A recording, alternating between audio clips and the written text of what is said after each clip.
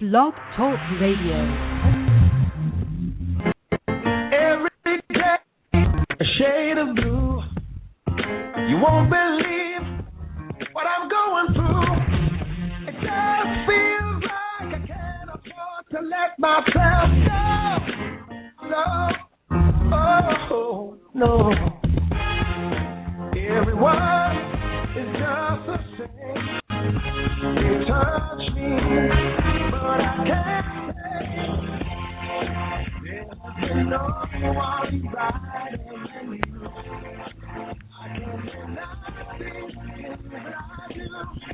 It feels like the world is gone. I have been waiting for you. Oh, yes. Welcome to the Oz Radio Show with my wonderful co-host, James. Say hello. Hi, I'm James Weston, the illegitimate son of Brad Pitt, and I'm Paul Jameson's co-host. Yes, and we have a very, very special guest this morning and this evening and wherever you are listening around the world, and especially in America. We have Stewart A. Swerdlow, the one and only. Mr. Swerdlow, welcome to the Oz Radio Show. It's a great pleasure to have you here, sir. Thank you so much. It's great to be here. Well, you're very welcome. Yeah. It's great to have you here. Go ahead, James. Yeah, can you tell us a little bit about the Montauk Project and time travel and what you were involved in? Well, that's a big topic there. I was involved. I guess just get right into it then. I was involved in the Montauk Project from 1970 to 1983, which is when it ended. Many of you listening out there may have read some of the books. The one I wrote about it was called Montauk Alien Connection, which was my personal story.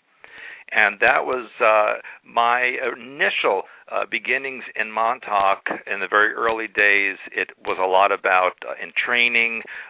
We underwent a lot of physical and mental and emotional torture because they had learned from German scientists that were brought to the United States in Project Paperclip after World War II that when you traumatize a child, or any person, but especially a child, it fragments the mind into many different pieces and compartments, what they called a programming matrix.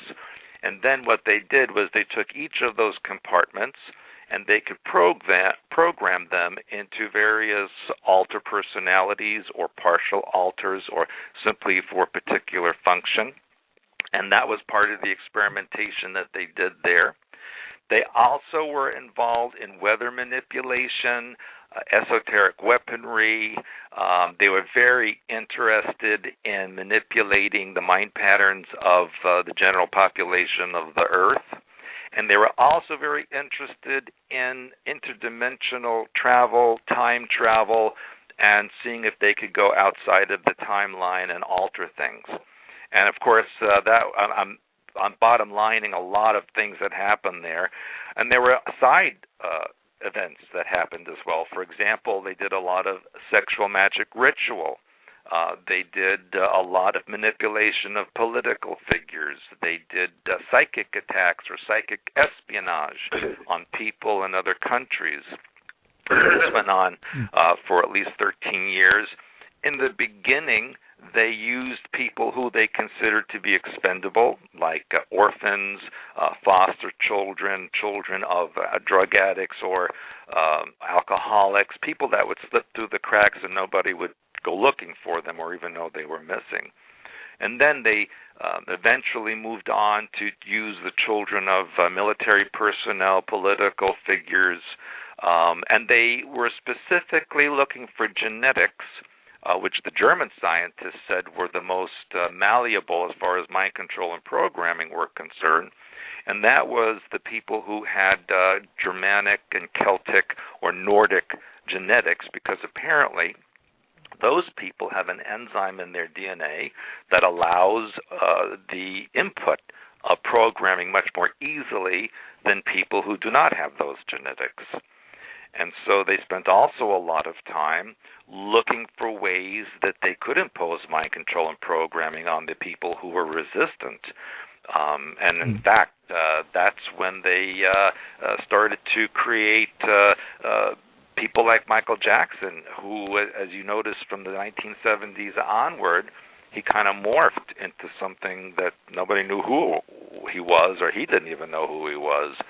So that's when they tried to control the darker skinned people to see if they can manipulate them.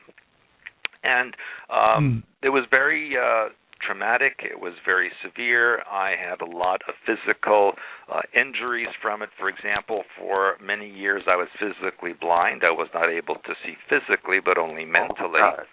Yeah, because they tried to create a person who could see into other realities without the use of a device. And they also wanted to create a person who could see into the human energy field and body, kind of like a living MRI machine. And so that's basically what I was trained to do in those days, is to look at energy fields, look at the organs, go into what they called hyperspace, which is a zone, if you will, outside of physical reality where there's just energy, no time or space. And then there's a language there, what they call the God-mind language, which was a color, tone, and archetype symbol, which, if you knew how to manipulate that, you could manifest anything physically that you wish to create. So it was a very comprehensive time. Yeah, it was a very comprehensive time. They also used the people and the equipment to create wormholes and vortices through different areas into time and space that they could then connect to. It was quite, if you look at it from a third-person point of view, just as an experiment, it's quite fascinating.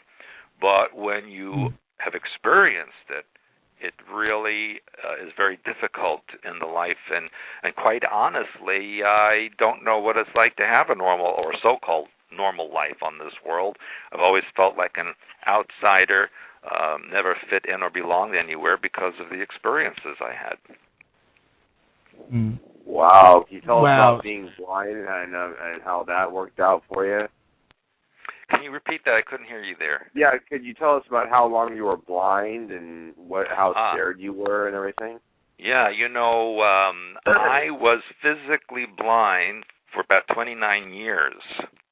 And then it was in the fall or the autumn of 1999 when I actually had to go through surgery to reconnect my optic nerves to my brain. You have to remember, for all those years, nobody knew I was really blind because I could walk around, I could drive, I could do a lot of things. Even though I couldn't physically see, I could see the energy. And actually, I felt I had more vision than normally sighted people because I could see beyond what they could see. But when I had the surgery, it was very scary because I had to be awake. When they took the bandages off, I had these big pads over my eyes, and they had these bandages wrapped around my head. And when they were unwrapping it, I kept thinking, well, what happens if I'm totally blind? What if it doesn't work and I can't see anything? So it was very, very nerve-wracking until they took the bandages and the pads off my eyes, and then they told me to open my eyes, and I was kind of afraid to open my eyes. I'm like, uh-oh, this is it. And but what happened was I actually could see physically, and it was kind of like layer upon layer on layer. And it's almost like if you have those overhead machines where you put these different plastic sheets and you put layers and layers of images on for the screen. It's kind of like that, because then I could see physically, I could see energetically.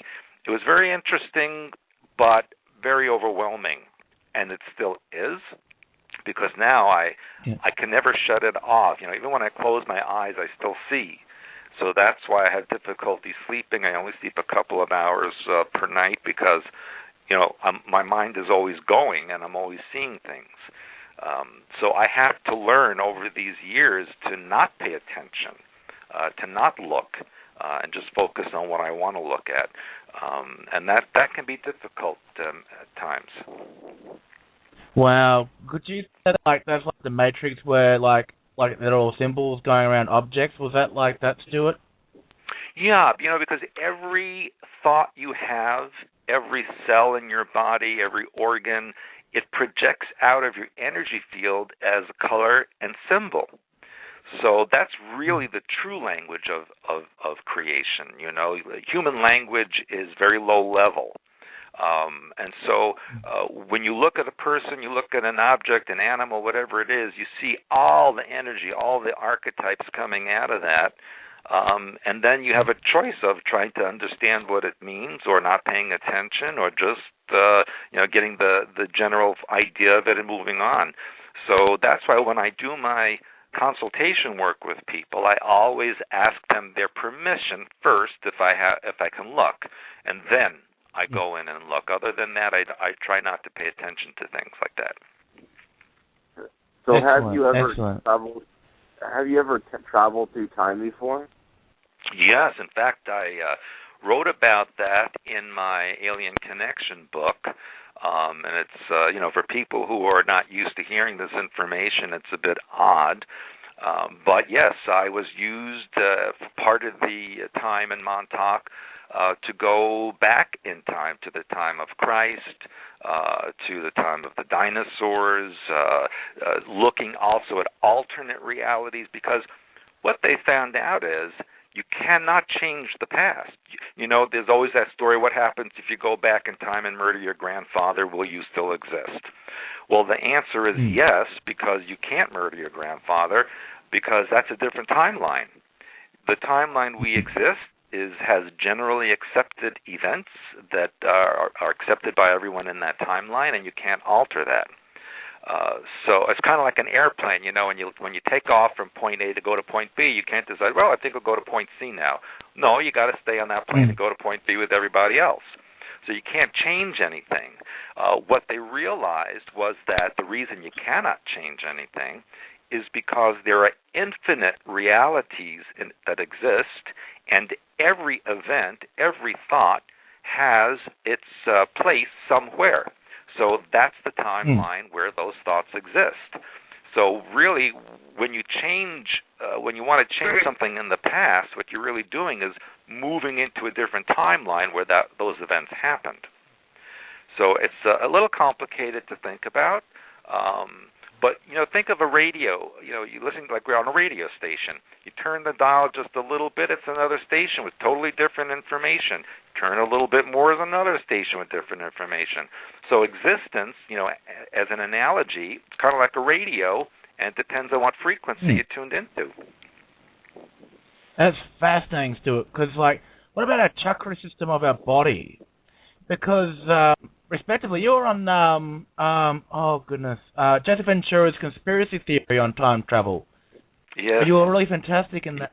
Yes, it was fantastic. And that was a difficult show to do because they were not the nicest people to work with, quite honestly. Yes, I could tell the way how you were staring at Jesse Ventura, and the way he was sitting in the chair too and staring at you. That it's just one of those powerful moments.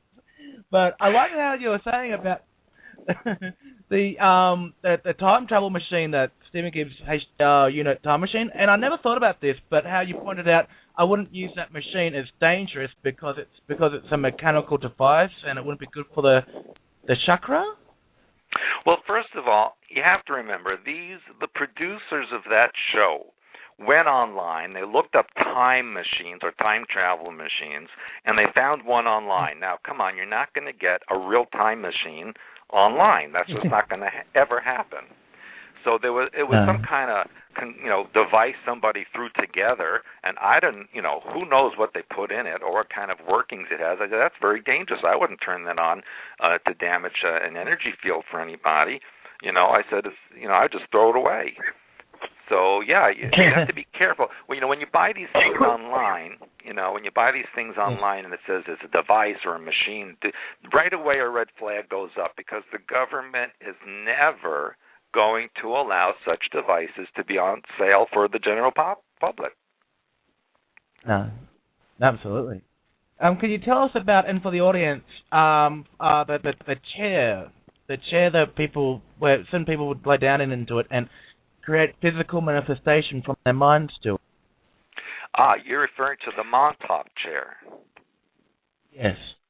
Yeah, that actually was a device that was given to the government by alien beings. They were from Sirius A, and I've written in my books and in my lectures I've spoken about the civilization in Sirius A, which is considered to be the most highly technologically advanced that the government knew of. And they gave this chair, kind of looked a little bit like a dentist chair, and it had these two head cushions or bands that come out to the side, and then they connect energetically into the core of the brain. Basically, what it does is, as I mentioned, your everything is electromagnetic, and you have a thought pattern or a mind pattern, which can be measured. And then these electromagnetic pulses from the brain are downloaded into this computer system where they are amplified and then brought down to a lower vibration where they then start to accumulate molecular structure. So that's basically how, a very short synopsis of how that chair worked. It basically was a device that downloaded thought patterns and lowered the vibration so that it could become physical. Wow. You got a question? So, yeah, did you actually travel through time, or were you just astral projecting through time when you traveled through the time of Christ, the time of the dinosaurs? That's a very good question, actually, and the answer is both, because there were times when you would keep the body in the location and then you would mentally project elsewhere. But yes, there were times when we went through the equipment, and I had mentioned this in a couple of my lectures. You were on this flat table or platform, and above you was something that looked kind of like a mirror, and then the mirror would be calibrated to the frequency of the time and place that they wanted to assess.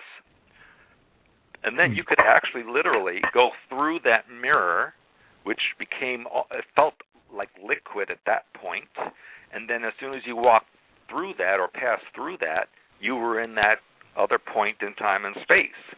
And yes, I did physically do that. But I have to caution that, the physical body is really not designed to do that. And I did have, over the years, many physical, let's say, results of that. For example, I had internal bleeding for a number of years. My eyesight went. My hearing was bad, still not so good.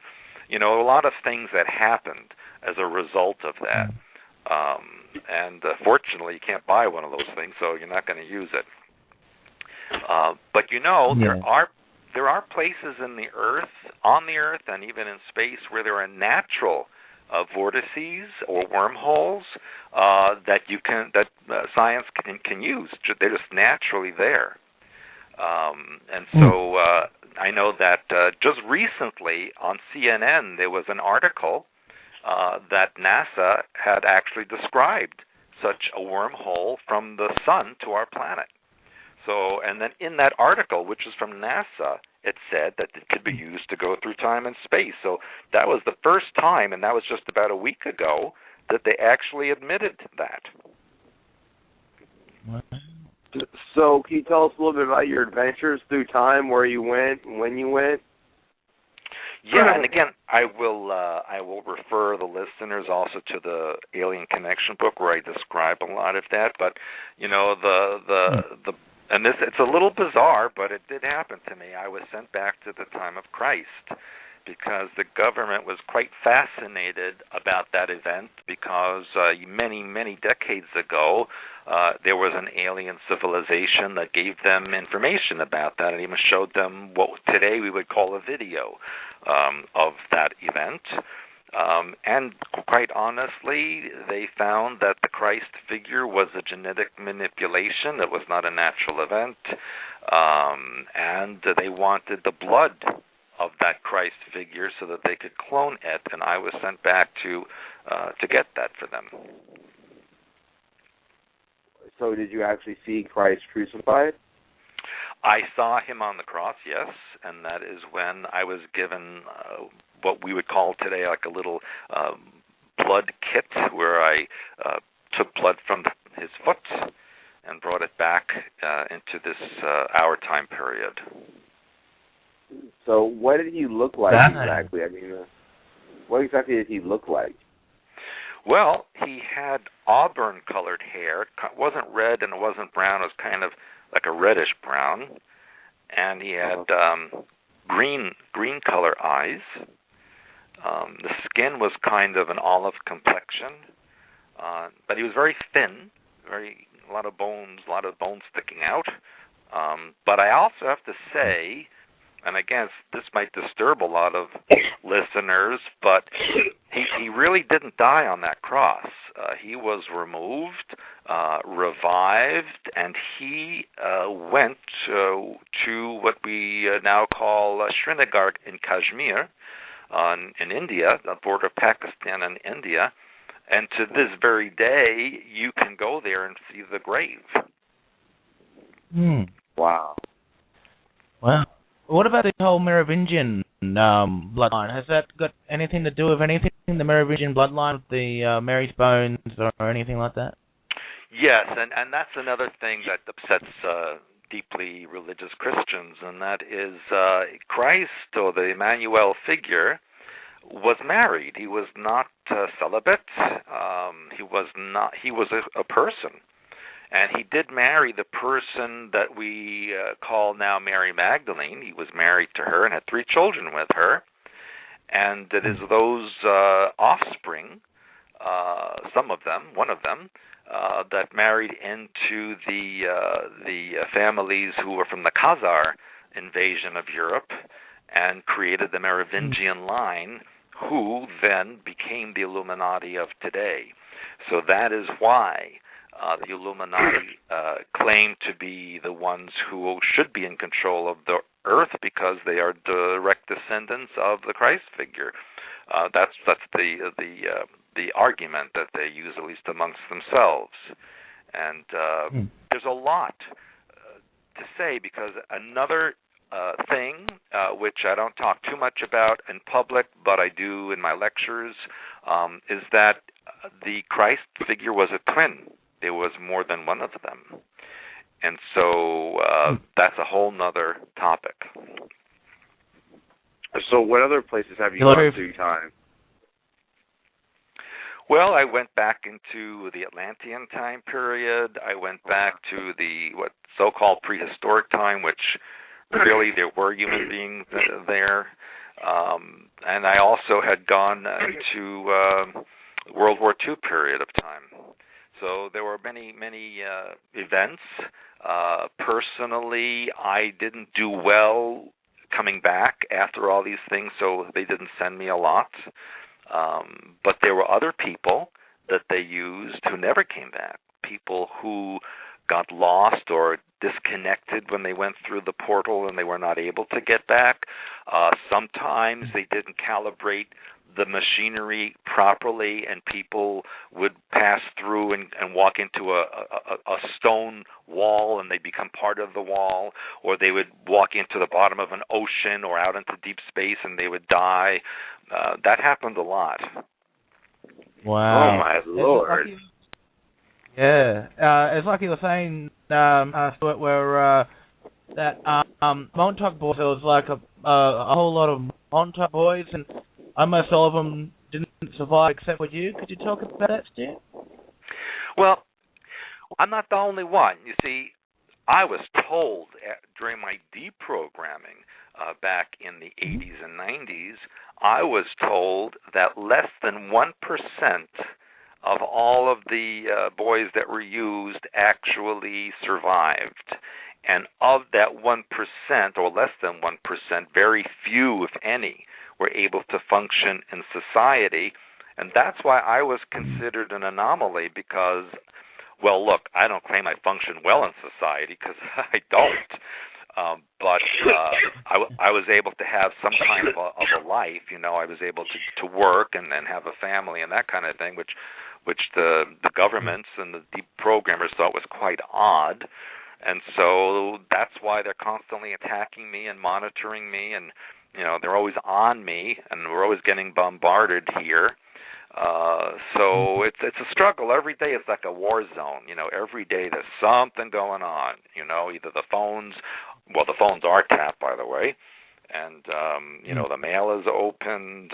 We have problems with our email and computer systems, and there's always some sabotage.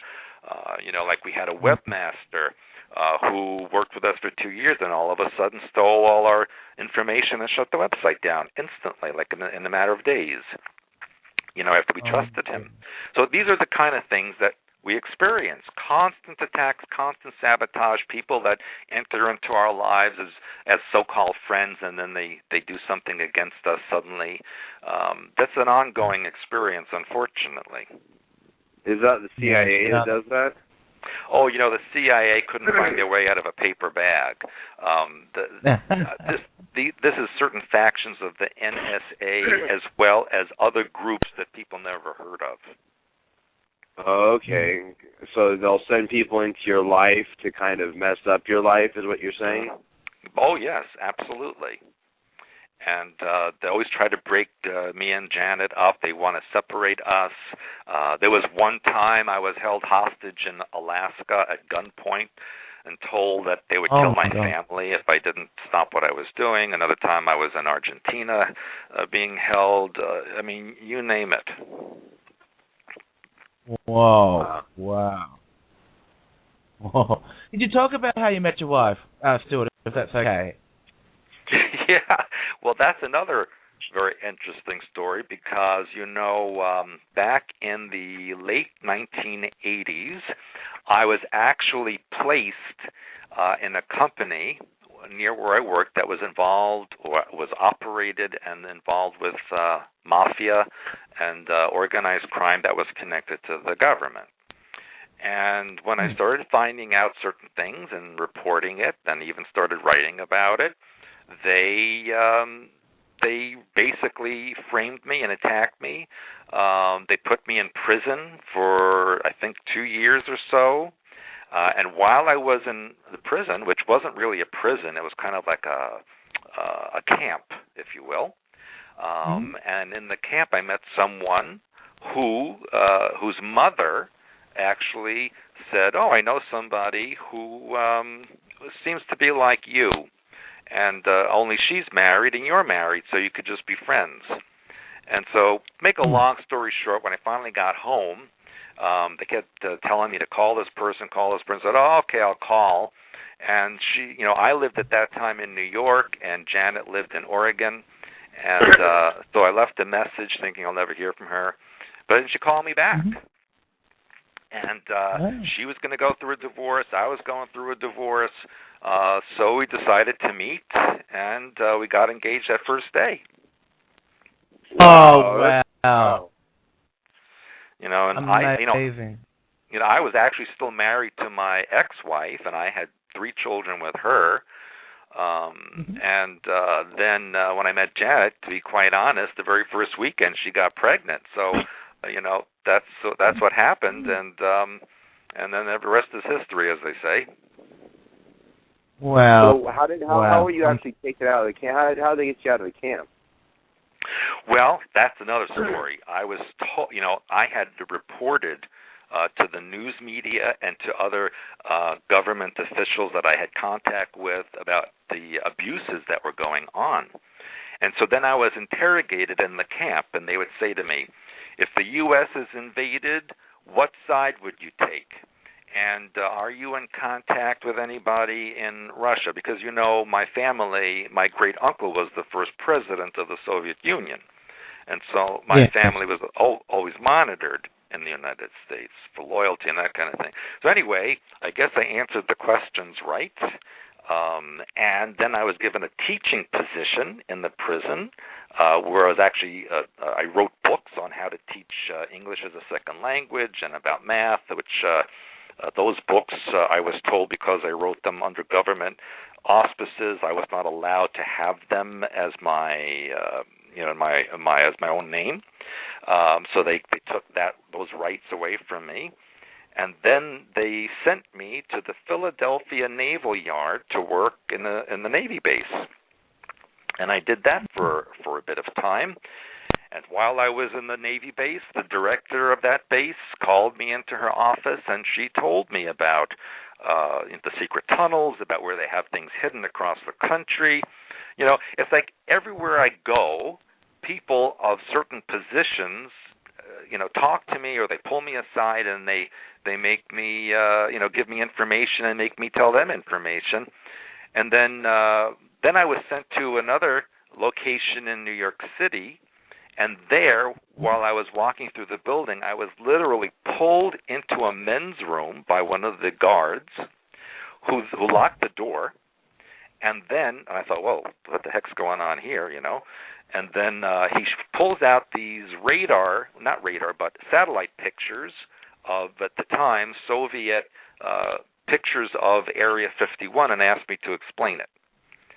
And I was like, okay, I did not take those pictures. I don't know why they took those pictures, and I cannot explain it to you. And these are the kind of things that went on my whole life. See, constantly connecting, or people from KGB, people from NSA, people from Mossad, all the intelligence agencies, somewhere or another, at some time, they connect to me and either give me information or ask me for information. Wow, that's awesome. Well, I don't what know do you how think awesome that is. Yeah, true. What do you think about Area 51, Stewart? What do you think about that one?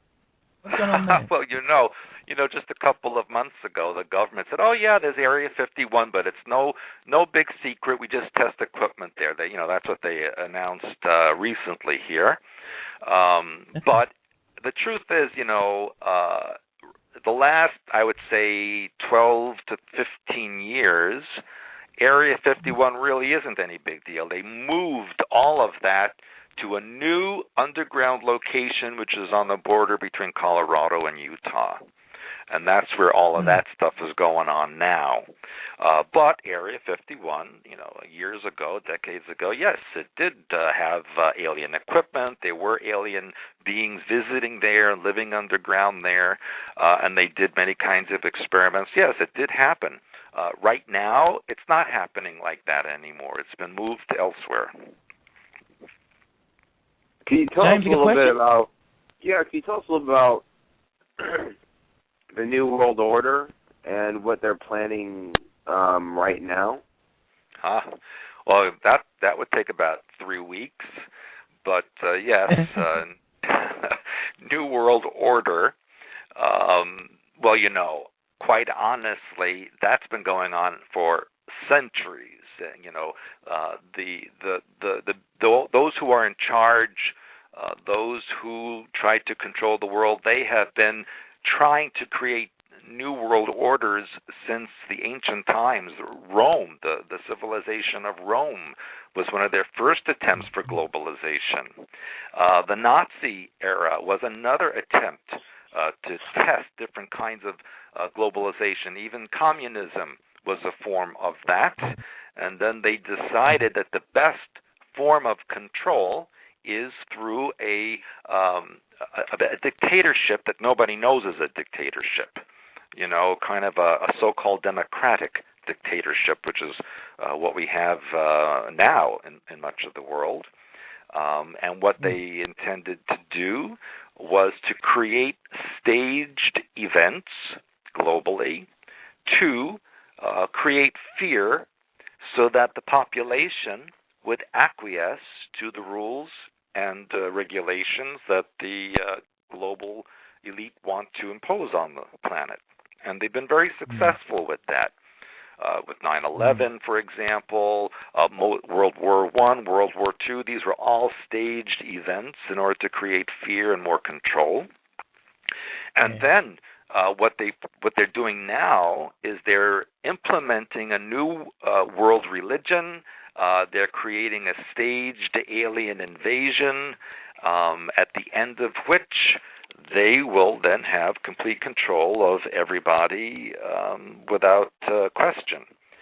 in addition to that, what they've been doing since World War II is creating a global mind control program, basically so that you become like a robot. You don't think, you just do what you're told.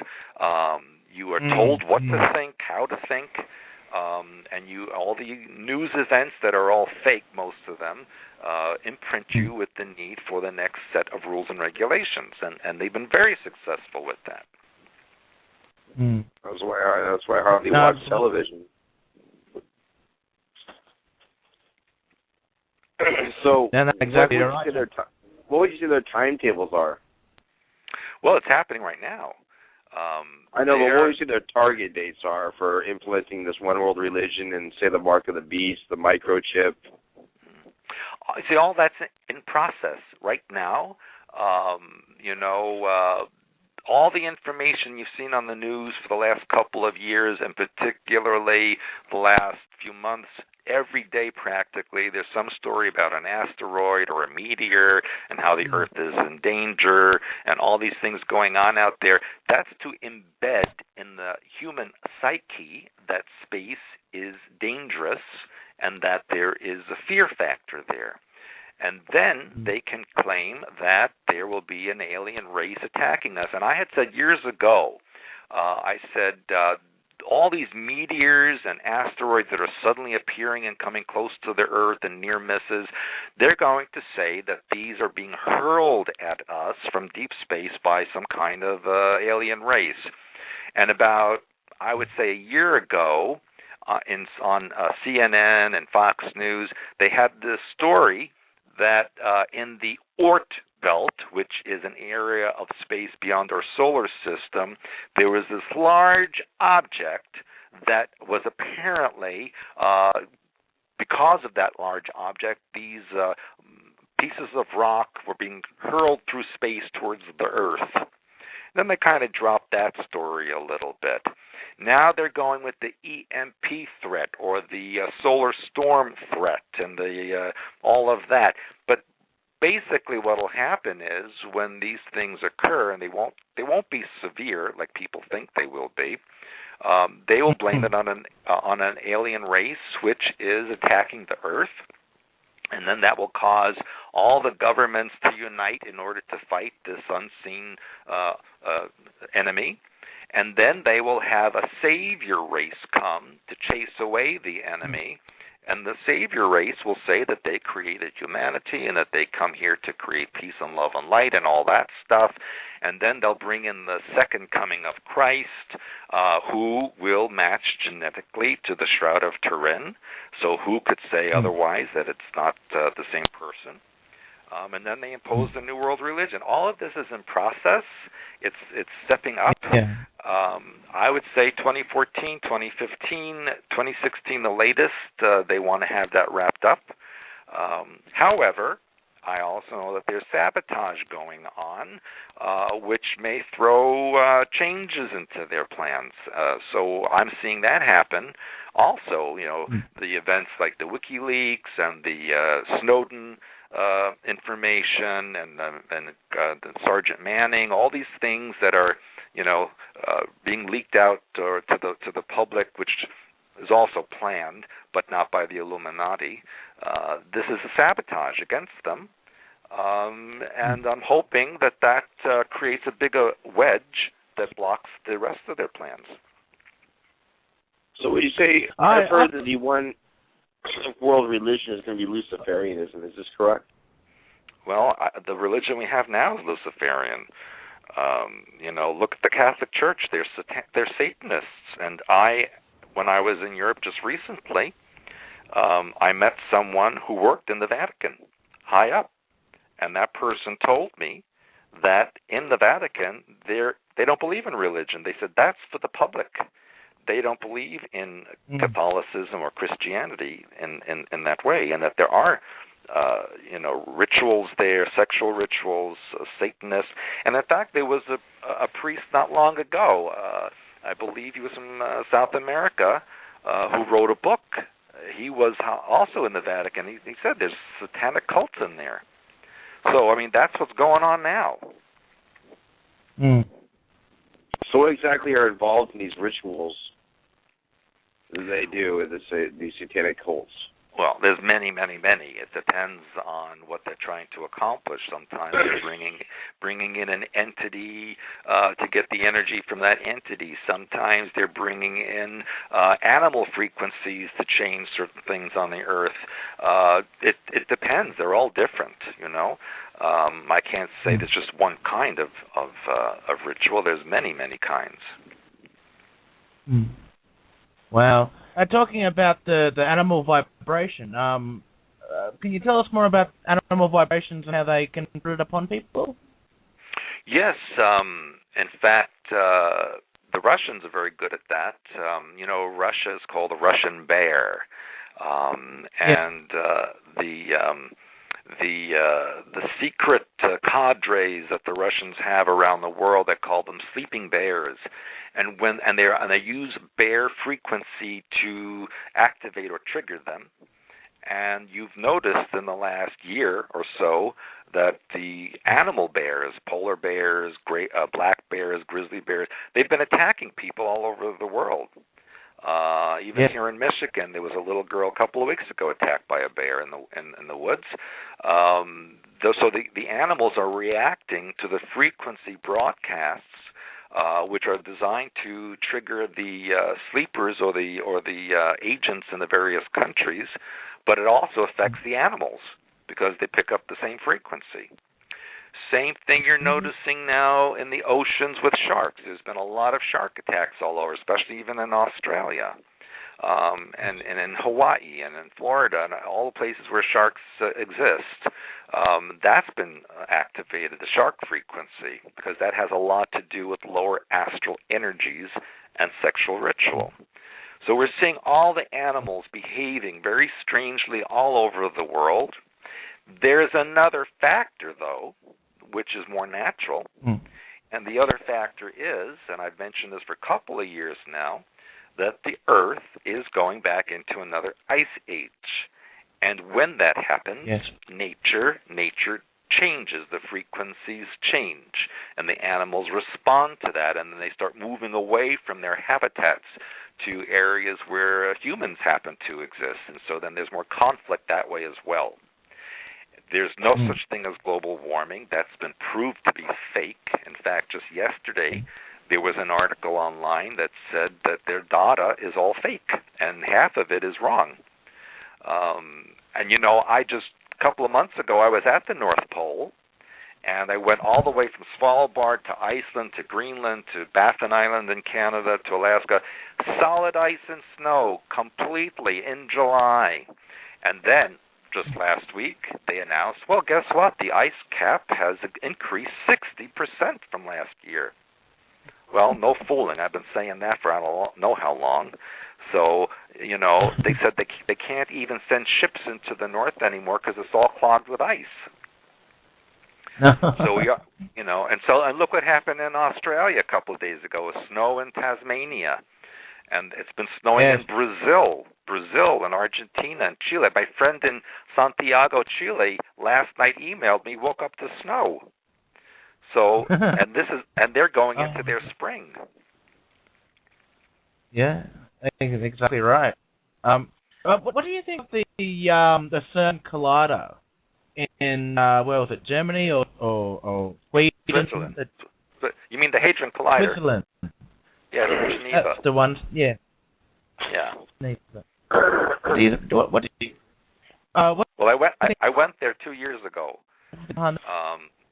And I have a lot of information, you know, the Hadron Collider, and there's another one in Illinois called Fermi Labs Particle Beam Accelerator, and there's a couple of others around the world. So the Russians have them, the Chinese have them, and basically the one in Switzerland is designed to access alternate realities where the Illuminati or New World Order are in power. And what it's trying to do is pull that energy into this reality as a boost. I'm also going to tell you that underneath the Hadron Collider in Geneva are massive tunnels. tunnels that go under the lake, that go into Switzerland, into France, even up into Germany. Even most of the workers are not allowed to go into those tunnels, and the Vatican has an office there. So why would the Vatican have an office at the Hadron Collider?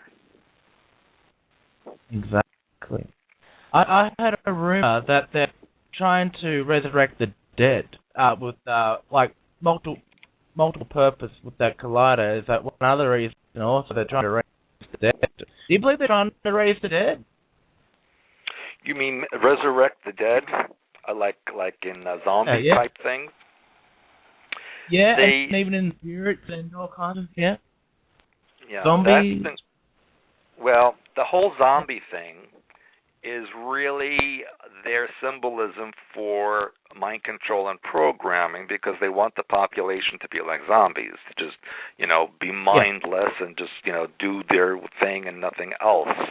So that's really an imprinting on the public. It's not really about resurrecting the dead, because they don't need to do that.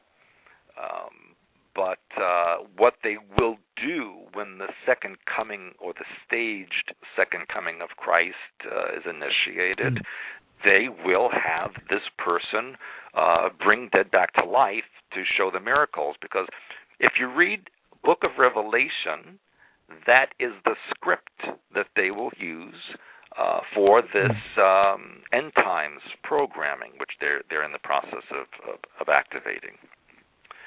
So that's really a clue to what they have in mind. Yeah, go ahead, James. Yeah, can you talk a little bit about the microchip and the mark of the beast and when that's going to come in? Well, kind of is, again, also initiated already. I will say, the microchip idea is kind of old-fashioned now, because their equipment, their devices, are able to access the mind without the use of any chips. They know, or they can discern the frequency of every human being. Every human being has an individual frequency or vibrational rate, which can be perceived through electromagnetic sensors. So they don't really need a chip. The chip is more like a backup, if you will, in case something fails in the equipment. But these days, even programming, they no longer need to take someone into a programming session and give them drugs and program them. They don't need to do that. You could be programmed right now, listening to this radio show, having your dinner or lunch, going for a walk outside. You get programmed, because satellite transmissions, cell tower transmissions, microwaves, they're transmitting 24/7, and they have mind control waves on them, like piggybacking your brain waves, and it's just embedding in your mind pattern. So they don't even need a chip anymore. Exactly. I heard they're going to be using a type of scratch-in tattoo technology where it'll be like a tattoo, like a scratch-in type of a marking. That's what I've heard the rumors of Stewart. Yeah. They actually already have future office buildings and homes that will have the internet or the connection to global internet in the walls and in the building, and you will no longer need a computer or a laptop or anything like that, because what they will do is give you a sensor that you could put in your body, and just by having that sensor, you're on the internet all the time. You're online with the rest of the world. So in that sense, that's where a chip would come in handy for them, because then you could access the internet or the global information all the time. And even Google now, I think it's Google, they have those glasses that you could put on and you get the screen right in front of your eyes with all the information right there. Well, wouldn't it be a good idea to put a little implant in your eyes so that you could just see that all the time? And you don't have to worry about hooking up to the internet.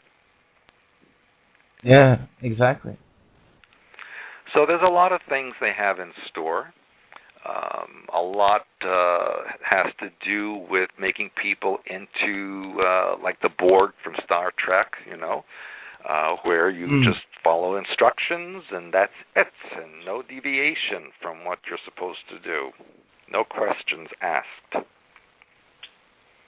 Absolutely. Could you tell the audience that's listening about how the Montauk Project ended with the Montauk Monster? Oh, yes. There was the lead psychic, Duncan, who, after over a decade of working with these people, the technicians, the scientists, the security, they kind of got lax with everything. They didn't pay that much attention anymore. And the equipment was being run 24/7 all the time, running, and it built up momentum. It built up energy. And so Duncan fell asleep during one of the sessions. He just fell asleep at the end of the session on the Montauk chair, which was still on, and he had a nightmare. And in the nightmare, all his fears, all his negativity came to the forefront, and the computer picked that up and manifested it as a creature. Now, there are some who say, and I think Preston is one of them, that basically it's not so much that he manifested the creature as much as he created a vortex from some other reality where the creature existed and allowed the creature to come through. It doesn't matter which way or the other because the creature was there. And then it started to destroy the base. It started to attack people, destroy equipment, and at that point, the equipment was being generated energetically from this other location, this other energy. So they couldn't even turn it off. So the only thing they could do was destroy it. They had to just literally take it apart, destroy it. And then as they did that, the creature started to lose energy and over time faded. And supposedly, there's still a resonance of that creature at the base even to this day. Although I have been there several times since then, and I didn't feel anything from that. But that's how it ended. It ended abruptly on August 12th, 1983.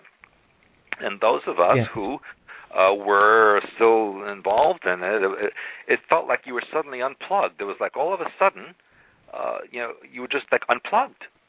And it's like you were confused. It was almost like being catapulted into space and being, flying around with nowhere to land.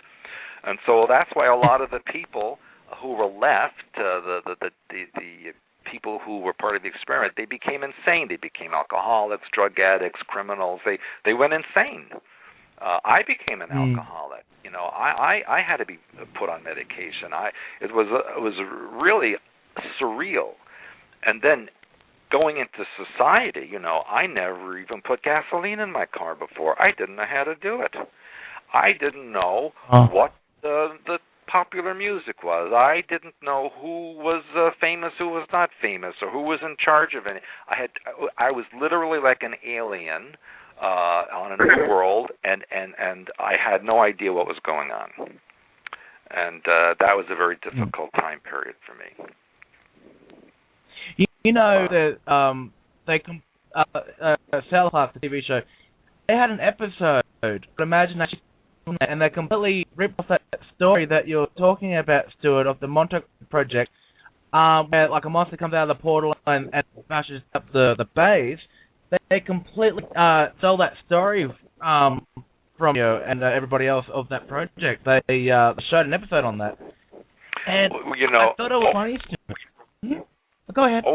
Over the years, there's been a lot of stories that have been stolen from my work or the work of other people by Hollywood. Hollywood is notorious for stealing work from people. I can't tell you, I worked in Hollywood for a number of years, and I met with many producers and Warner Brothers and other studios, and they promised this and they promised that, and they never do it. And then a few years later, you see the story on a TV show or in a movie, and it's like, okay, I told them that, And then, it's like, well, screw you. We don't know who you are. And so that's how they get around paying you or you involving. And even I was once at Fox Network in L.A., and they were going to do a whole series on that. And, of course, that was right before 9/11. And then when 9/11 happened, all the producers got, frightened, and they were told not to do that. So that never happened. But while I was in the Fox Network, they told me, the producers and they told me that the X-Files TV show was actually based on the stories of people in the NSA who experienced these things. They were actually based on true stories. Wow. Which I think the public doesn't know about that. No, I didn't know that. James, did you know that?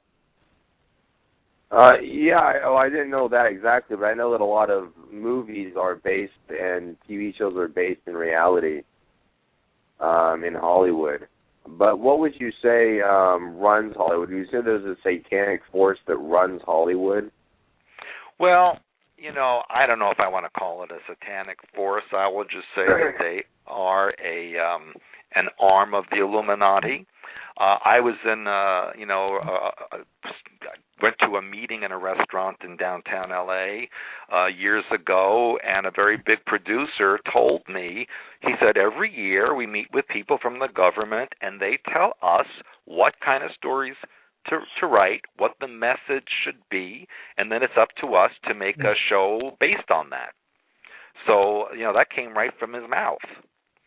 I was and there was the daughter of a very famous actress came to my house one day there, and she sat in front of me, and she was completely, I guess, taking some pills, and she kept asking me for a vodka. I don't want to name who she was because her parents are very famous, and she started screaming at me. And she said, I'm here to tell you that your movie, your story will never be produced in Hollywood. Never, never, never. She screamed at me. And then she was there for a few hours. And then when she finally left, she says, oh, so you want to have lunch tomorrow? I was like, I don't think so. But anyway, the bottom line is, here we are, a few years later, 2013, and the Montauk Chronicles movie should be out next month. Yes, really? Tell the audience about that. Yes, tell the audience about that, Stewart. Well, that's a project. Wow, I started filming that with the producer 6 years ago, maybe more. And of course, things happened. They were sabotaged. We ran out of money. This and this happened. And then finally, about a year and a half ago, there was a finished version. And I took that I went to actual Montauk, the town of Montauk, and premiered the film, which was successful. And then I went to Cape Town, South Africa, and premiered it. I went to Bangkok and premiered it. To very mixed reviews because, of course, a lot of the people were very upset about that. And the producer then decided to change things based on the feedback he was getting. So he did the whole movie over again, and I filmed a whole bunch of new scenes. And then one of the actors in the movie had a heart attack. And so that delayed the filming more, and so much sabotage, so many attacks. And then finally, I just heard from the producer not long ago, and he said, okay, October, that's it, coming out in October. Excellent. I can't wait to see that, Stewart. Is it going to come out in wide release? Is it going to come to every movie theater? Is it going to be limited release, or what? See, that I don't know. I'm supposed to call him very soon, and he's going to discuss all that with me. So I really don't know right now. Wow, that's going to be. I'm excited. Nevertheless, man, that's going to be great, Stewart. My goodness, we've got so much to talk about. Yes, absolutely. We've got one more hour. We've got so much to talk about, and you're going to be having you're coming to Australia, Stewart, for all the listeners in Australia as well. Yeah, can we talk about that, Stewart? Yes. Several years ago, I did many seminars in Perth and Melbourne, and I came, back and forth to Australia a lot. And then there was a period of time I didn't go back. And then just recently I was contacted by someone I knew back then who invited me to do my 1-week training class in Perth, where I will teach the people who attend to do all the things I know how to do and explain a lot of the true world history, how to protect yourself, how to deprogram, whatever it is that you always wanted to know and do. I'm going to show you and teach you in Perth, and that will be November 10 to 16. And anyone who is interested in attending, they need to contact a woman who works for me. Her name is Patricia, and you can contact her at customersupport@expansions.com. That is excellent. That is excellent. I'm very excited. Yeah. It's very possible that I may even go. Absolutely. That's great. Wow, James, ask a question. Stewart is just an encyclopedia as well. My goodness. Yeah. What would you say are the forces driving this world right now? What you mean? What is behind what's going on? Yeah. Who's behind the curtain? Would you say? Well, that's a very, very interesting question because it's not just one group anymore. In fact, and this is some of the things I'll be talking about at the class in Perth. Of course, there's the Illuminati. Yes, that's everybody knows that. But there is also another group, the Fourth Reich, which, yes, the Reich never ended. It continued on in another manner. And the Fourth Reich is actually a rival of the Illuminati and seeks to undermine them and take control from them. There is also a group in the Kuiper Belt. Now, the Kuiper Belt is the area in space just outside of our solar system. It's kind of like the envelope of material that surrounds our solar system, and the Oort Belt is beyond that. But the Kuiper Belt has, in the last 4 or 5 years, been amassing some sort of a fleet. It's quite a conglomeration of beings never seen before. I believe that they are not all from this time space. And you may recall, over the last couple of years, all those vehicles that have seemed to be coming out of the sun and then going into deep space. And when they're digitally enhanced, you can see that they are vehicles and not, asteroids. This is how they're coming. What people need to understand is that black holes and stars are the wormholes and vortices of our universe, so that you can enter a black hole in one space and exit through a star in another. This is how the parallel universes breathe, if you will, or exchange energy with each other. And if you have the right technology, you can travel between dimensions and between universes through black holes and stars. And that's why we have seen... Go ahead. Oh, no, that's beautiful. So you can actually go through a black hole, and will that be like all... No. Wow. Yes. Talk about that in my simultaneous existence information. I'll be discussing that in Perth. Wow. Excellent. Wow. Are there any teleportation devices that the government has now that they're suppressing? Oh, yes.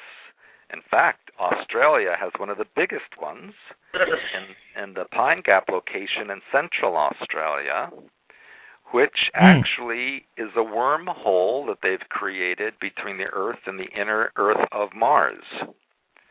That's been there for quite a long time. And Australia is one of the oldest and largest remnants of the Lemurian continent.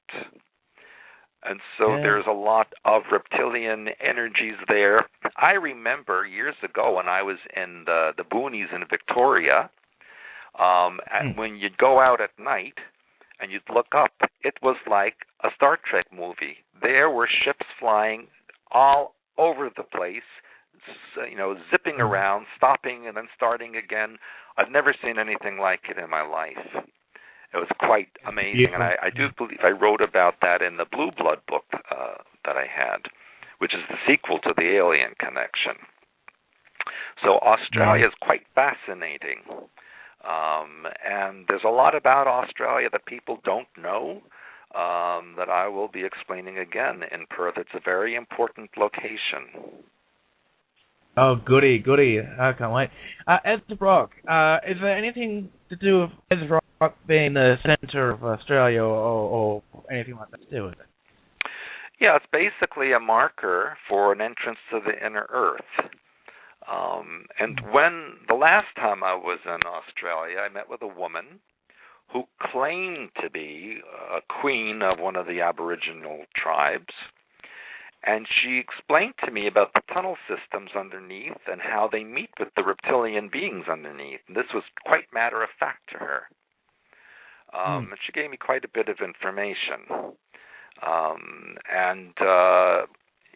That's still ongoing in Australia. It's quite a hotbed for that kind of activity. Yes, can you talk about the reptilians in general? For the people, for the audience who might not know what we're talking about with reptilians. Yes, and again, it's going to sound strange if you've never heard about it before. But, this planet, there are no beings, no people who are natural to it, because in its early creation, it was a water world. It was just covered mostly in water. And it was only after the Draco or reptilian race sent an ice comet into our solar system and destroyed some human colonies, and then as the ice comet passed through by the Earth and caused the Earth to change its axis and spin differently, the water polarized, created the ice caps, and land appeared. The ice comet then became the planet Venus, which is why it is shrouded in clouds, because as it got closer to the sun, the light of the sun created the vapors from the ice. And by the way, Soviet spacecraft pictures from the 1980s that took pictures of the surface of Venus, which 30 years later were reanalyzed by Russian scientists, and on the surface of Venus, they saw images of reptilians. And that was on CNN, BBC, and all the other major news services. You can look that up on the internet if you wish. But the moon, our moon, was then driven into orbit around our planet. There was no moon before that. The moon is an artificial object, which is why it doesn't... Satellite. Yeah, that's why it doesn't spin. Only one side faces all the time. It's like a vehicle parked in space, which it is. Also, if you send a resonance, a sonic resonance to the surface of the moon pings like a hollow object. If it was solid, it would thump, but it pings. And so basically that was the vehicle used to colonize the Earth. These were androgynous reptilian beings who colonized the largest continent that was available, which we now call Lemuria, which was in the Pacific, of which Australia was a part, and so was New Zealand. And actually, about 4 or 5 years, well, maybe more than that, the U.S. government made an article on a newspaper, the New York Times, that said that Hawaii was the center of an ancient volcanic continent that existed in the Pacific. So they actually admitted that at one point. Anyway, so these reptilians existed on the Earth and colonized it, and they were here for actually hundreds of thousands of years before humans showed up. And so they consider this planet to be theirs, the reptilians, because they were here first. And so then the humans came and colonized the next largest continent, which was what we call Atlantis, which existed in the what is now the Atlantic Ocean. And there was war between the Atlanteans and the Lemurians. And the Atlanteans used geomagnetic weapons that created disturbances in the crust of the Earth and caused Lemuria to sink. And there's only remnants of it, of which Australia is a remnant. And the survivors went into the inner Earth, and that is what created the legend of demons and hell under the Earth. That's where that came from, when the survivors of Lemuria went into the Earth. And it's a very long story. Wow. You could read the story in Blue Blood. My Blue Blood book will tell you the whole story in detail. Can you tell us about the technologies of inner Earth? I'm sorry, can you repeat that? Can you tell us about the technologies in inner Earth? Yes, the technologies in inner Earth would be considered magical to most people here. Remember, that technology that they have is over 1 billion years old. The technology developed on the Earth is like baby stuff, not even. It's infantile compared to what's out there. And there's more than one civilization in the inner Earth, and that's a whole nother topic which can get complicated about how the Earth is actually hollow and how planets are created like that. Mars is also hollow. Most solid planets are hollow. Only the gas planets like Jupiter and Saturn are not. But there are many civilizations that exist in the interior of our planet, because the interior is just as big as the exterior. Look how many countries we have on the surface. Well, think about how many civilizations could be inside. And there's a crisscrossing of tunnel systems and networks that go from the inner mantle to the outer mantle. And many government buildings and cathedrals are built on top of some of these entrances so that they're not available to the public. Yes. Okay. Wow. So, can you tell us about Agartha? Do you know about Agartha? I know it's isn't that could be capital of inner Earth? Well, not exactly. Agartha, Shambhala, Shangri-La, all these places are actually not in the inner Earth, but in the space between the outer and inner Earth. They exist in huge caverns that were developed when the Earth was formed, through volcanic action, through the movement of magma, etc. But these are actually in between the inner and outer crusts of the Earth. And so they exist. There are entrances from Tibet. There are entrances from the Andes. There are entrances in the Rocky Mountains of North America. And there are entrances in Australia as well. All over the Earth, there are entrances. And the biggest, of course, is at the North and South Pole. Yes, can you talk about that? South Pole. Yeah, there are openings in both poles. Now, the one in the North Pole is the largest and is open. The one in Antarctica or the South Pole, that's actually completely covered up by ice, although from satellite pictures you can see the depression on the surface there. And you remember Admiral Byrd back in the 1920s went to the North Pole and reported warm water, tropical plants, tropical creatures there, and he actually could go into the inner opening of the Earth there, which was almost 2,000 kilometers wide. It's not like you go to an edge and then it drops open. It starts with a gentle slope that goes in slowly. And many of the U.S. submarines that have gone towards the North Pole have been turned away by entities that suddenly appear on their deck and say, you turn around, you'll be destroyed. This is known in the military. We also know that there have been Norwegian sailors who, there's a very famous story of a father and a son went fishing, got caught in a storm, was swept into the opening, and they spent several years with a group of beings that they found there, and then they were returned. And when they were returned, no one believed their story. Admiral Byrd also went to the South Pole, and there went into an opening, and there he found German-speaking, Aryan-looking people there, who told him that they were the Fourth Reich, and he better get back to the surface. So this is all documented. I remember when I was once doing a class in Houston, Texas, and there was a very elderly man in my class, and I was talking about some of this, and he raised his hands and he said when he was a little boy in the 1920s, that there were school books that he would read, and they would read in school about Admiral Byrd finding all of this at the North Pole.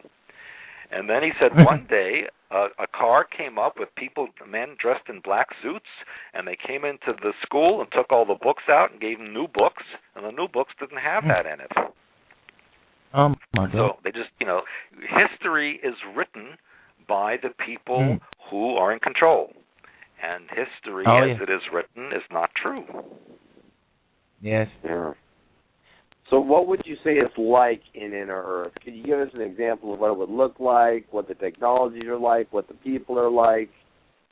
Well, again, there's many different kinds because there's many different civilizations. The technologies are basically much more advanced than we have here. You can consider it maybe like Star Trek technology or even beyond that. There's always light. It's never dark. It's always light because suspended in the middle is the remnant of the molten material from when the Earth was formed. And that actually is what creates the aurora borealis. That's what really creates it, not the way the energy from the sun hits the atmosphere of the Earth in the wintertime. No, that the winter energy allows the energy or the light from the inner sun, as they call it, to come out through the poles, and you can see it then.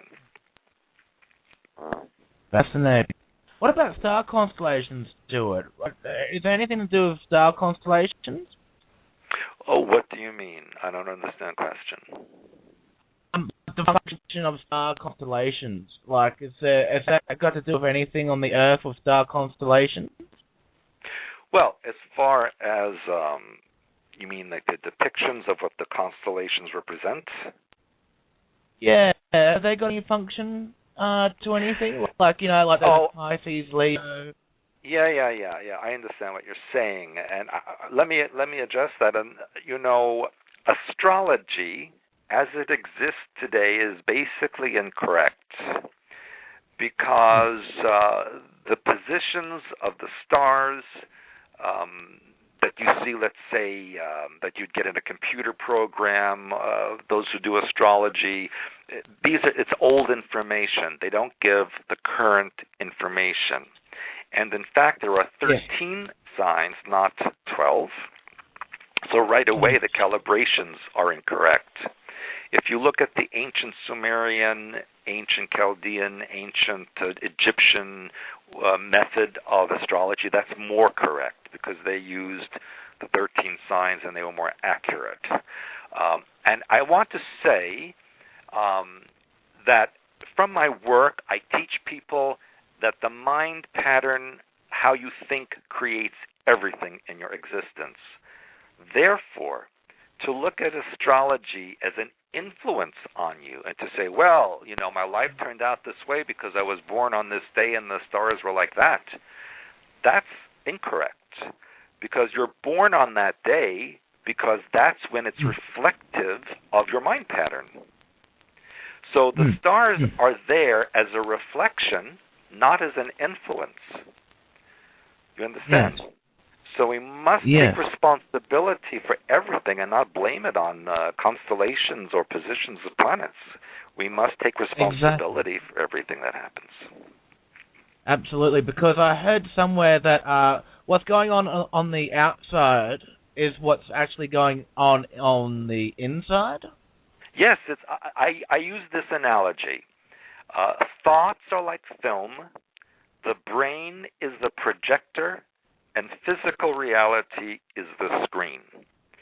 So if you don't like the movie that's playing in your life, you got to change the film, which is the way you think. You change that way you think, and everything in your life will change, regardless of the planets and constellations. Absolutely.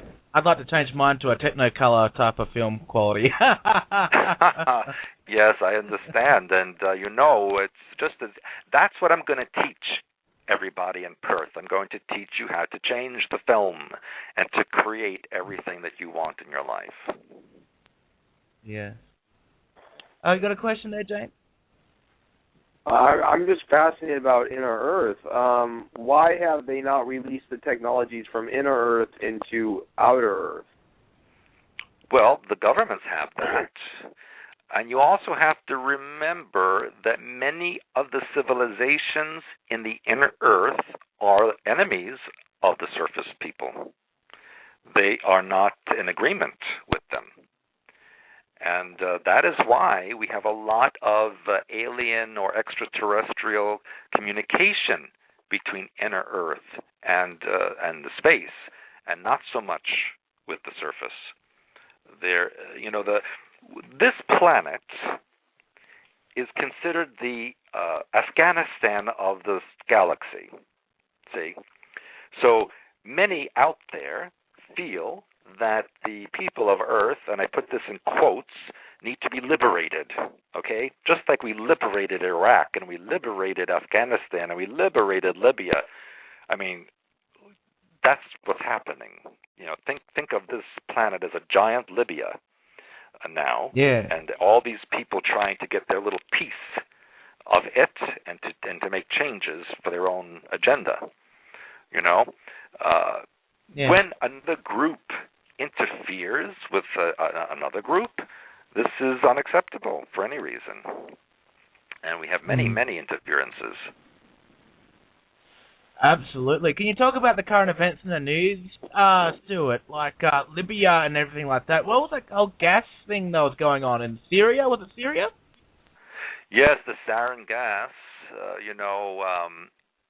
quite honestly, I just did a podcast about that last week, and bottom line is that the chemical attack, the films that you saw, and the bodies that you saw on the news actually were staged before that even happened.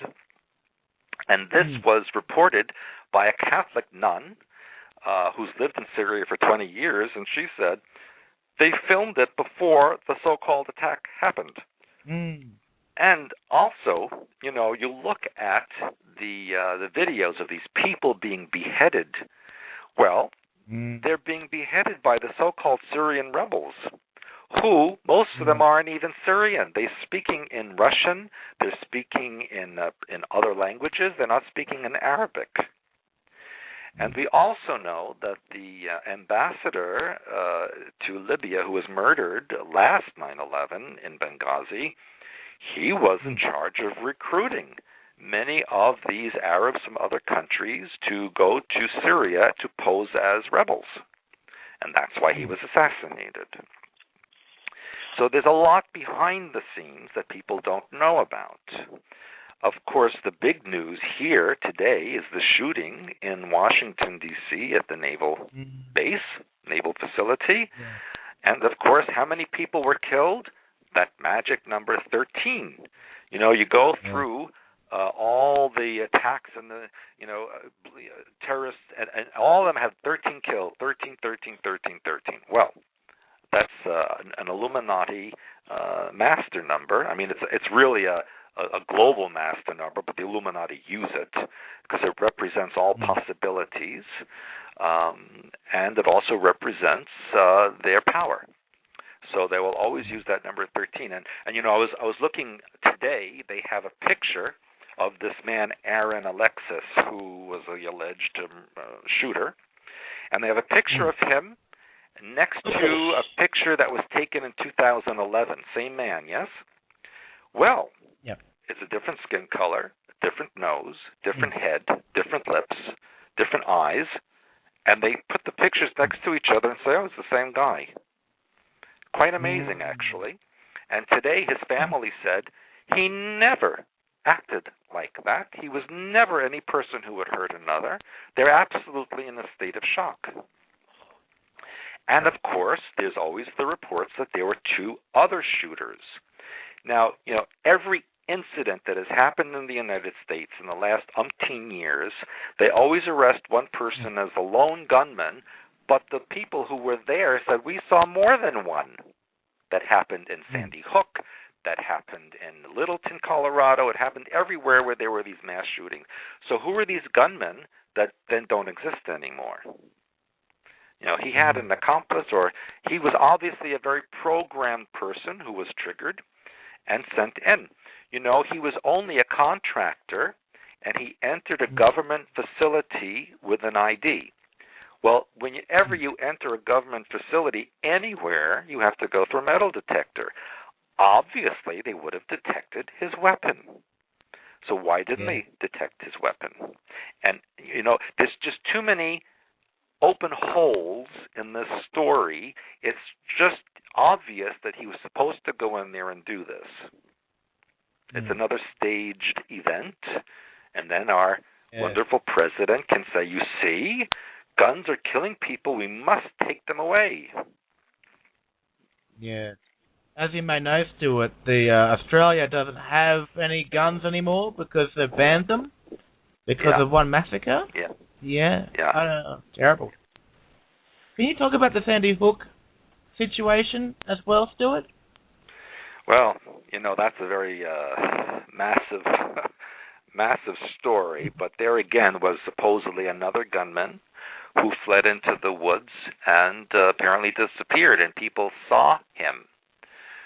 This kid that did the massacre, here again, he had all these weapons, and he murdered his mother before he came to the school. And apparently, and I know this from other people who were in the area who knew the people involved, he went to the high school first, and the high school guard sent him away. He said, you don't go here, you can't come in here. They sent him away. So that's when he went to the elementary school. So obviously he was on a mission. He had to kill people, didn't matter which school it was. There's that very famous video of this little girl in Washington, seen with the president of Washington, who was allegedly killed in Sandy Hook the prior week, but there she was on this video afterwards. So there's a lot of questions going on. And then, of course, right after that was that big, huge storm, Sandy, that came up the coast of U.S. and destroyed a lot of it. So, there's a lot of symbolism here. There is a lot of a staged event.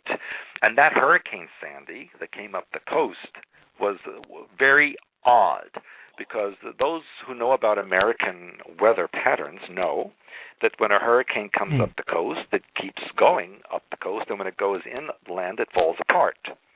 But this hurricane came up the coast, made a sharp left turn, which they never do, and went in all the way to the Midwest. We had hurricane force winds here in Michigan from that storm, which has never happened before in history. So this storm was actually driven electromagnetically and probably created electromagnetically. Yeah, I reckon too. Absolutely. James, got a question? Yeah. I'm just fascinated by the whole thing. Is there anything you want to talk about, Stewart? Is there anything special you want to talk about? Well, we're going to half an hour. There's so much that I could talk about. I would like maybe to mention about the raising of the ship in Italy, the Costa Concordia. And I was on that ship. I was on the Costa Concordia. Actually, 3 years to the day that it sank before I was on that ship.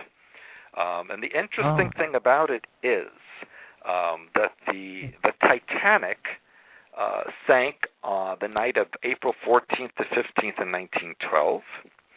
And the Costa Concordia sank on the night of 13 to 14 January 2012, which is exactly 99 years and 9 months later. And if you take that 99 years and 9 months, 999, and you turn it upside down, it's 666. Yeah. Yeah. And that January 13th that started to sink was Friday the 13th. And, of course, the name of the Concordia ship represents peace and unity, especially between the European nations. And on the ship, there were the names of all the EU countries. Each room was given a name, like there was Belgium, Greece, Italy, Ireland. All the different decks had a name of a European EU country. And of course, it sank on the island of Giglio, which in Italian means lily. And you know the lily is the symbol of the Illuminati. The three-pointed object that they use. So there's a lot of symbolism going on here. And of course, they started raising the Concordia on September 13th, Friday the 13th. So it's just too many of these to be coincidence. And of course, the 13 happened again just a couple of days later with the shooting in Washington. So we have all these 13s, and 666 and 999. It's not a coincidence. Do you think so 666? What do you?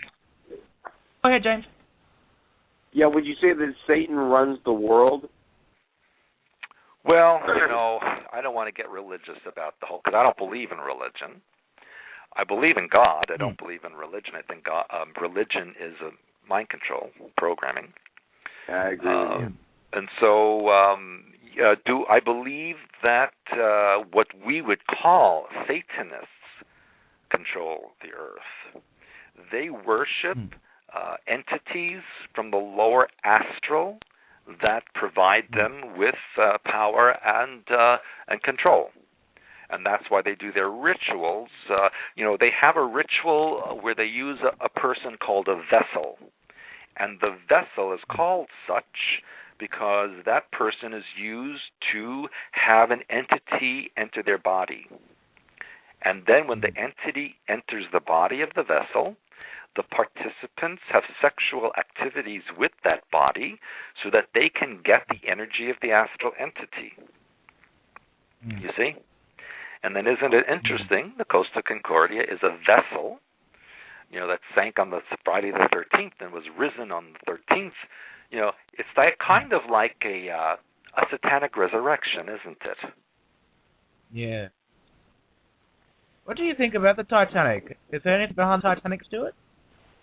Well, that was also allegedly not an accident because apparently there was some kind of sabotage on board. There were very wealthy people on board. There was a lot of gold. And from what I've been told and the research I have gotten, that it was absolutely a sabotage to destroy who was on that ship. Yeah. Wow. Just like the Hindenburg. Yeah. Yeah. Wow. I'll let the both of you talk. I just love this in general. Although I want to let you talk, Stewart, and James go right ahead, man. I'm enjoying it. Yeah, what would you say is the most important thing that people need to know today? Yes. Well, wow, where do I begin with that? They need to know, first of all, that they have to become in charge of their own lives. They cannot allow the imprinting and mind control and programming of the powers that be to control their lives. And most of them don't know that that's happening. Most people are walking around with blinders out there. They just go along what the news tells them, what the government tells them, raise taxes, okay, we'll pay it, They just go along and nobody says anything. Now, I am not saying that people need to rise up and rebel because that doesn't solve anything. What I'm saying is everybody needs to go within to open up the 90% of their brain that they're not using and the 97% of their DNA, which scientists call junk, but which has valuable information that people are not using. If you opened up even a percentage of that 97% that's not used, you could have psychic powers, you could heal instantly, you could levitate, you could bilocate. It's amazing what you could do when you open up the unused portion of yourself and find out who and what you are. I think that is the most important piece of information I could tell anybody, regardless of what's going on in the world, regardless of what's going on in space. If you look inside of you, that's where everything is. And you can change the world by changing the way you think. That's the most important message that I have for everybody. That is beautiful. I just want to say this real quickly. It's there was a man in India. He was an old man, and I think he's still alive today. They were showing that he has not eaten anything since he was 9 years old or around that time. He's been fasting. He hasn't even had a drink of water or food, they say. And, you know, I don't know. It's just so strange. He hasn't eaten or drinking anything. I have heard of stories like that over the years, and ultimately they prove to be not true. Are there people like that? I would say, yeah, I'm sure that, you know, out of the 7.3 billion people on the earth, there's one or two that maybe can do that. Would they go public with it? I don't think so, because people aren't ready for that. And I do believe it's possible, but I don't think humanity is at that level yet. No. But, you know, if you did open up the full capacity of the brain and the DNA, then yes, you can do that. Yeah, it's not impossible. Yeah. Oh, go ahead, James. Yeah, I'm just fascinated by the whole thing. I mean, fantastic interview and just an amazing life that you've had. What would you say is the highlight of your life?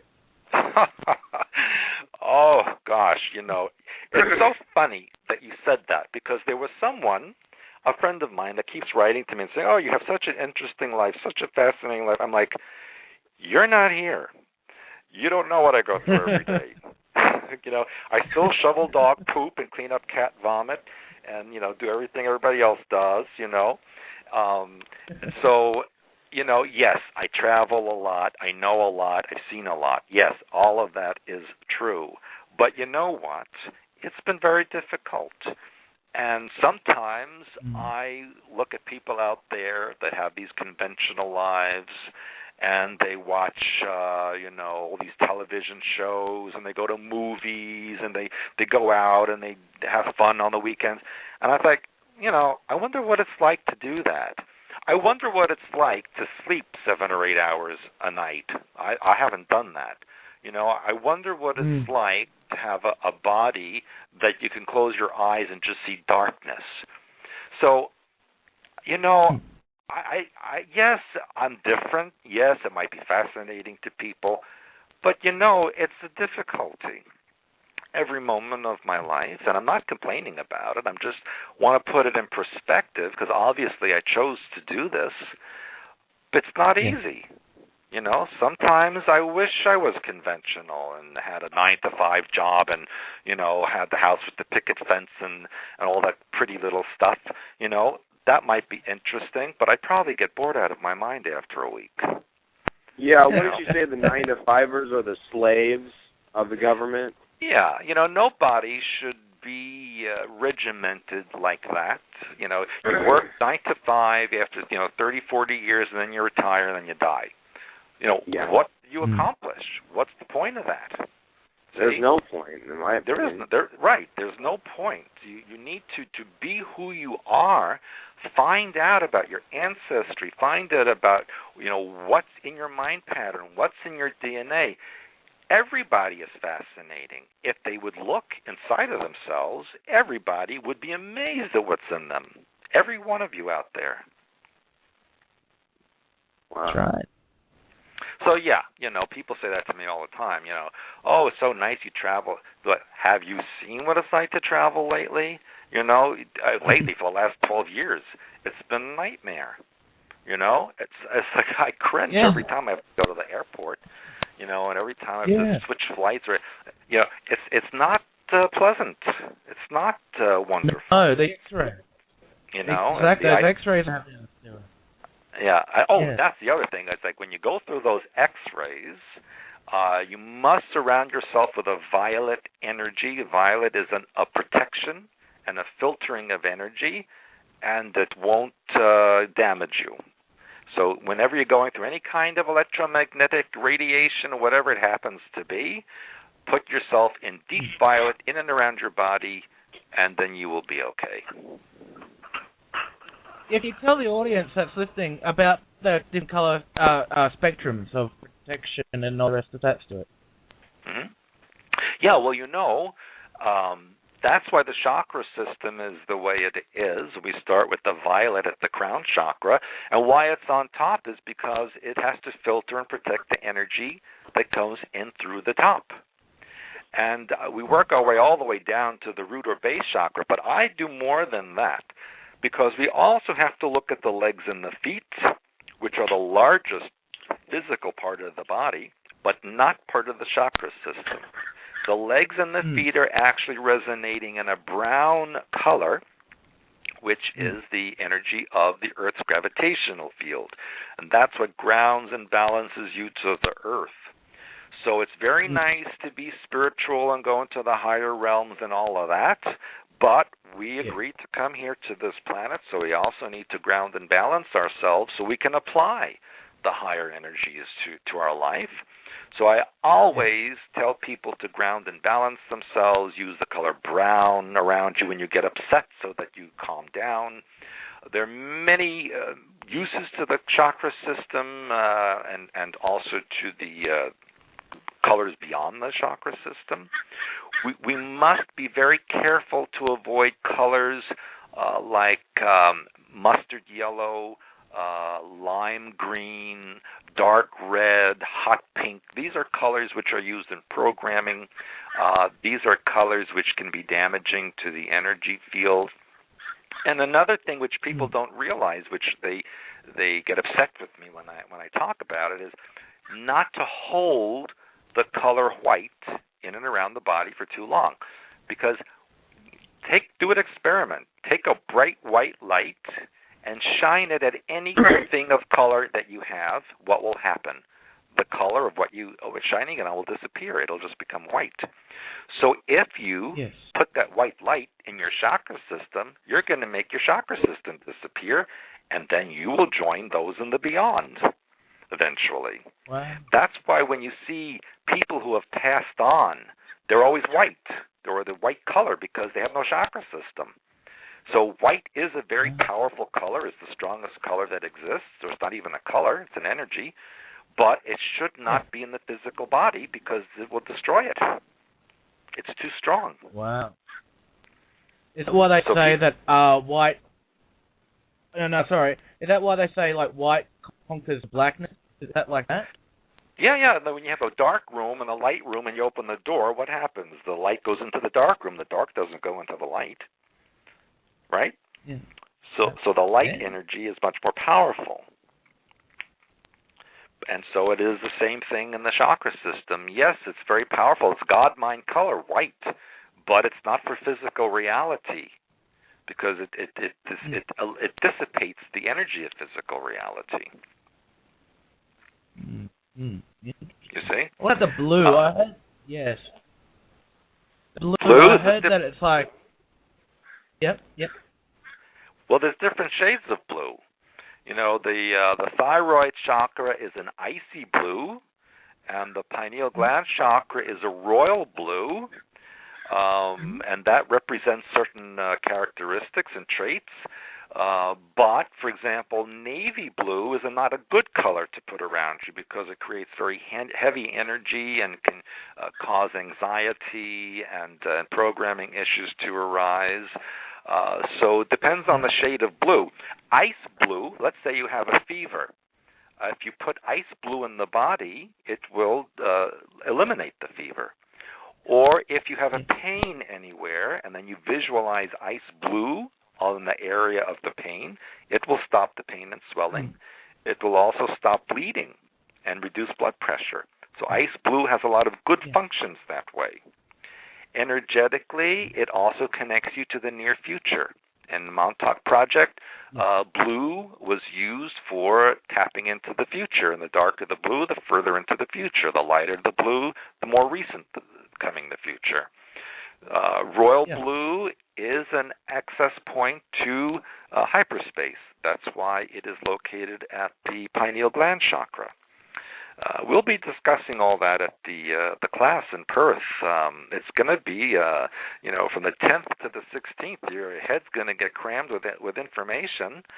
But not only that, I'm going to actually teach you to do things. So you're going to not only learn, you're going to do, and that's going to open up the power of your pineal gland, which will in turn open up the power of your genetics and your mind pattern.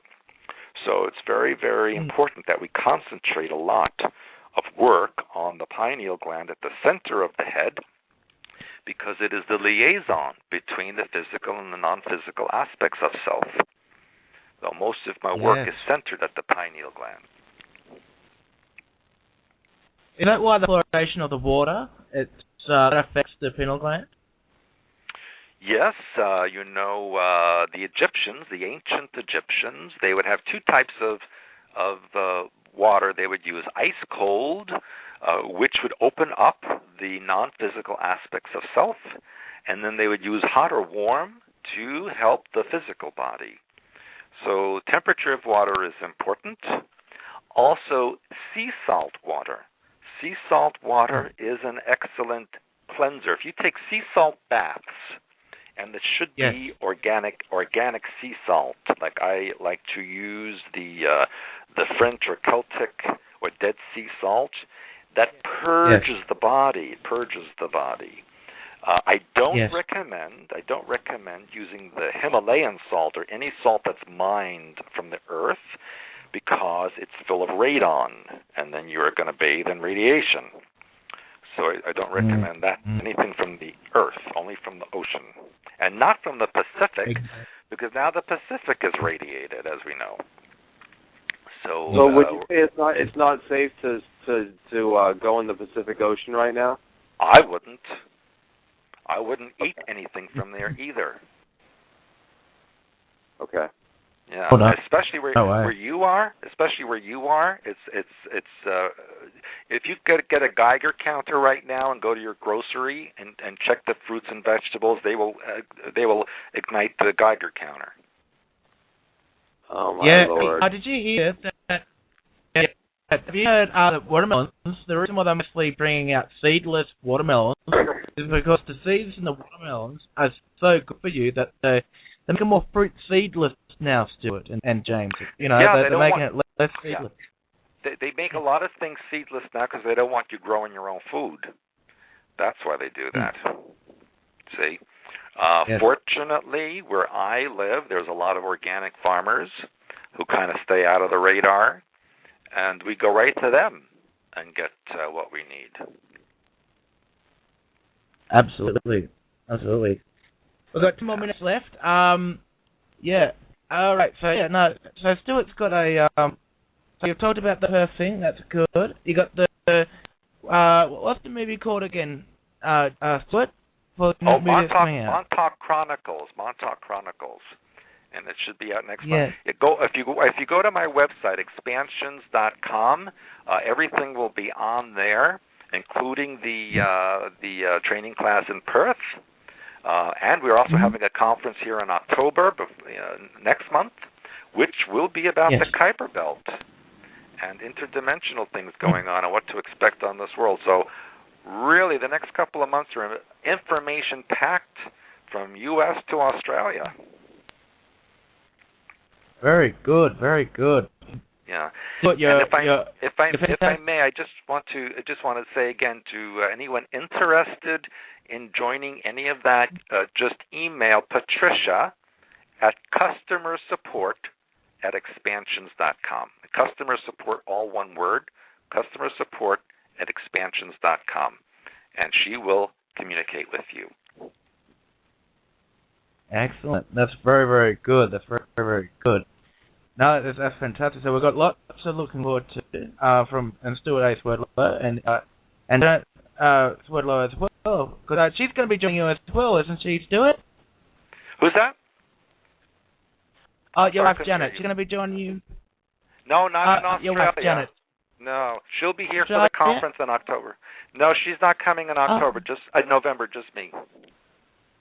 Okay, that's all right. That's good because we're gonna have a couple of beers. Do you drink beer, Stewart, or? Oh, of course, especially Foster's. Excellent, excellent. Very good, very good. All right, no, that's excellent. But excellent. you know what? James, I won't. Yes. The last time I was there, they wanted me to eat kangaroo tail, and I wouldn't do it. Oh no, don't do it. Don't do it. They have kangaroo here to buy in the shop. Yeah, no, exactly. I don't either. I couldn't bear it. The most I do is cow, and what is it? Beef. What meats are there? There's beef. There's beef. Yeah. Well, buffalo is good for you, and Australia has some good lamb.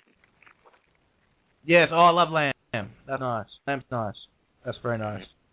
Yes. Yeah. All right, James. Have you got a quick question before we go? I was impressed with the whole interview. I learned a lot. I was very impressed. And do you have any final thoughts, Stewart? Well, I appreciate the opportunity to come on and speak to everybody, and a special hello to all the people I know in Australia. I have many Australian and New Zealand readers, and I hope to see a whole bunch of you in Perth in November. So come on down, and I will teach you what I know. That's a lot. Very excellent. And people buy your books at expansions.com? Yes, go to expansions.com. Everything should be on there. We also have a fan page on Facebook, which you can go to, and there's a lot of products on there as well. Go to expansions.com and just watch the podcast. Janet has a cooking show on there, organic cooking. It's really quite amazing. People love it, and the food is amazing. I'm surprised I don't weigh like 400, kilos, but she's a great cook. Yes. I've watched a couple of those video casts you do, and they're really fantastic.